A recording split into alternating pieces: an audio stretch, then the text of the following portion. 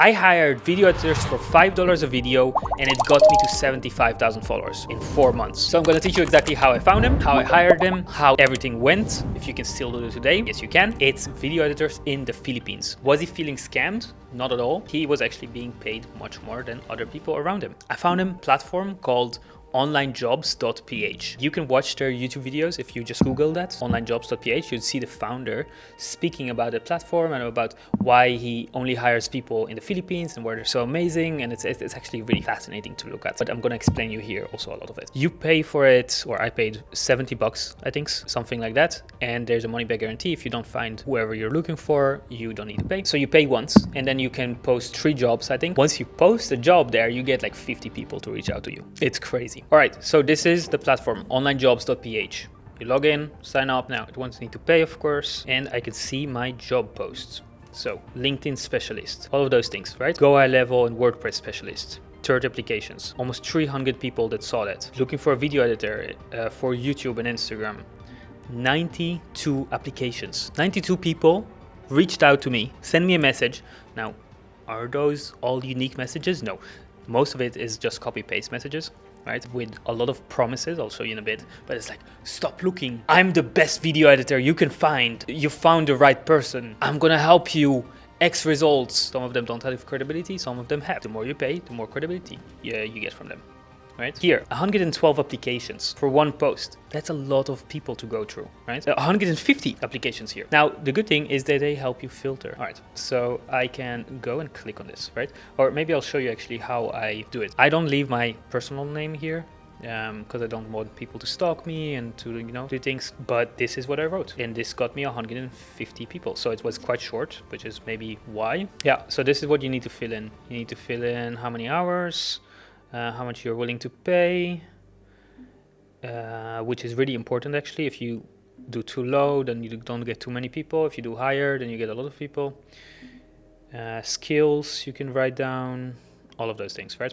And so let's look at the applications. Okay, so here I have 440 messages, unread messages. Oh my god. So this is how I found them, right? Gotta do the job, gotta do the work. But they help you here a lot because they give everyone a rate here. You see, 1 AP, 1 AP, 5 AP. So I would go and look at the higher numbers. This means basically, from my understanding, is how many people did they reach out to, right? So if they have 1 AP, apply points, that means that they reached out to maybe 50 people, right? And that's probably a copy-paste message. If they have a higher AP, which I don't know where I cannot see. Okay, 20 AP. This means that she reached out to me and maybe a few more, right? So let's see the message she wrote. Hi there. To turn a 20-minute podcast into a captivating 90-second reel, I would start by identifying key moments that are impactful, engaging, or... Okay, well, it's really personalized message, which is good.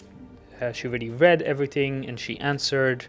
Now she wants 10 euros, which is like $12 an hour. Now, what also you can see here is if you do video editor. Now, my video editor, it took him an hour to edit a video for me. So not too much. And most people in the Philippines, that you need to understand, they make $1-2 an hour. Also in Bali, in Indonesia, they make, like all the waiters there, they make $1 an hour, max 2. What is the benefit for them to work at home? First of all, you pay them $5 an hour. That's really good. That's like 5 times more than an average salary. Second of all, the roads in Asia can be terrible. Like some people would drive for 2 hours one way, and then they don't need to do that. They can work from home. They can stay with their family. In Asia, they have huge family cultures. I know in Indonesia, when they get married, they go and live with the father parents, right? So they take care of the grandpa, the kids. It's like one big family. It's beautiful. And so if you give them to work from home, that's amazing for them. They're super happy with it. They also actually love working with Western people. Western people is like the guys from movies, the Hollywood stars or whatever, especially Americans, right? So they find it cool from what I understood, speaking to them and things like that. So what I did basically was I told them like, hey, here is, I basically uploaded a video to Google Drive, gave some instruction. I want you to edit this video. And then you get like 100 applications, 100 people that want to work with you, and then you get maybe 10 or 20 people who did the free assignments. They were like, hey, here, I edited a video for you. That's amazing, right? Now, some people are too busy to do that. Or they do the free test, and then I can see exactly what they can do for me, which is the easiest. Or they have massive credibility, right? It's or this or this. That's how I filter people. If they have massive credibility and they helped other people and you know, you see that they got them results, then cool, then we can negotiate and can talk like, hey, what would you do to this video? How would you make it go viral? You know, I don't really like to hop on calls. If it's your first hire, definitely hop on a call, understand them, learn them, study them, you know, like ask them, hey, what do you think about this fee? All of those things. How does it make you feel? Yeah, I actually met even people that I hired. I met them, or that my friends hired, for example. I remember one came from the Philippines to the Netherlands, and I asked him all the questions like, how much does your family make? Are you happy with $5 an hour? What do you think about it? Of course, some of their friends make $10 an hour and $20 an hour, and you know, you have everything. Most of the people make $1 an hour. They're pretty thankful. Now, it's not always perfect. I've hired so many people in the Philippines that sometimes it didn't go good, right? I've had once where, like I told them, like, hey, if we get those results, amazing. But if we don't get results and we work together for 2 days and we didn't get any results, so I was like, hey, dude, it's not working out. And you know, I removed him from my drive or from my things, and he flipped on me. And he was like, he was not happy about it, let's say. He was quite aggressive. So those things happen as well. So it's good to be quite emotionally invested, or like be like, hey, it's not your fault, it's my fault. Like, I didn't train you enough, but but this is not working out. So I'm gonna go a different direction. And maybe upfront also have like, hey, let's do a test for 1 day, see if it's working. Let's do this. Like, expectations really help as well. So that's that. Now, the best way that I found to scale faster, having one video editor is one of the best things you can do, especially when you start, when you post once a day, twice a day, perfect. They understand you. You just need to speak with one person. After that, you can hire 2, but once you go to 2 or above, you want to have a manager. So you want to or take an agency, or you train someone, or you just make one of the editors a manager. And that's something I like to communicate as well. Hey, if you do amazing, you can become a manager. You can hire video editors under you. And I've had a few editors that I gave them so much work, because I gave them for me to post, to make content every day, and then my clients as well, and then YouTube as well, and then lots of things like that. So I made them a manager, and they were really happy about it. They got a lot of business, of course, made a lot of money. And so I just told them like, hey, you find your editors, you hire your friends, whatever you want. You know what I like, you know what needs to be done. You can like go and outsource yourself. And then I can pay you a little bit more.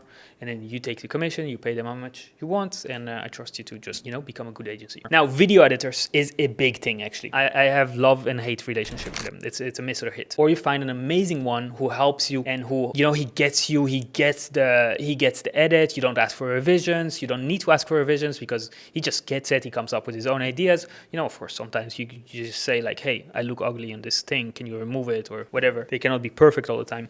They cannot get you all the time. But some video editors can be amazing. My video editor that was working for $5 an hour, the first one I hired, that was amazing, or the second one, he was actually a gym guy. He was like going to the gym every day. He was like really big and a cool guy, basically. I would see myself hanging around him. Yeah, he edited everything for me. So he was amazing. But I've had also video editors, that were not happy with me. For example, every day I get offers from video editors that are like, hey, let me edit a video for you for free. Like, are you looking for video editors? And I'm like, yeah, I mean, always. Like, if you know how to get attention, if you understand psychology, if you know what to cut out of the videos, and you know to research my competitors or research my niche and understand, okay, this gets a lot of attention, this doesn't get attention, and he comes up with ideas. Like, those people are amazing. They come up with ideas, they do research, they tell you what to do, they send you scripts, they tell you record a video like this, or record it like this, or do this, or they're really with you, they're really invested. Those are the best people. Sometimes you have video editors who,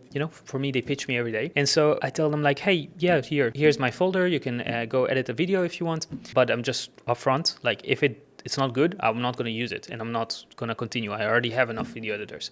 And still they get mad. Still they're like, I had not too long someone commenting, someone who basically asked me, hey, can I make for you a video for free?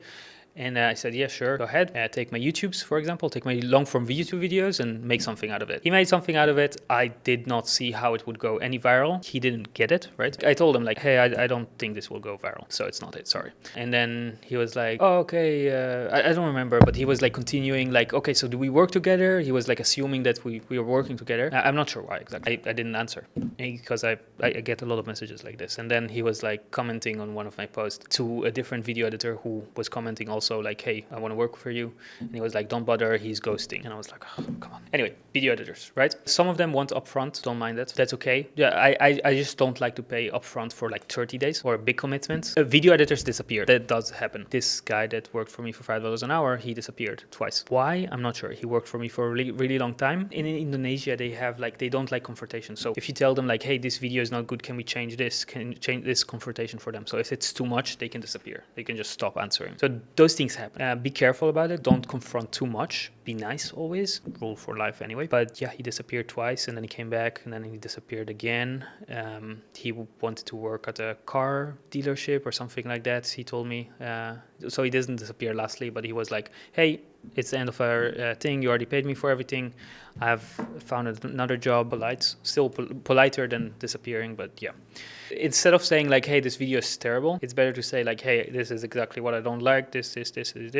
And you know, if it's too much, you might yourself think, okay, well, it might not be the right video editor. So that's why testing at the beginning. I don't like to pay upfront for 30 videos.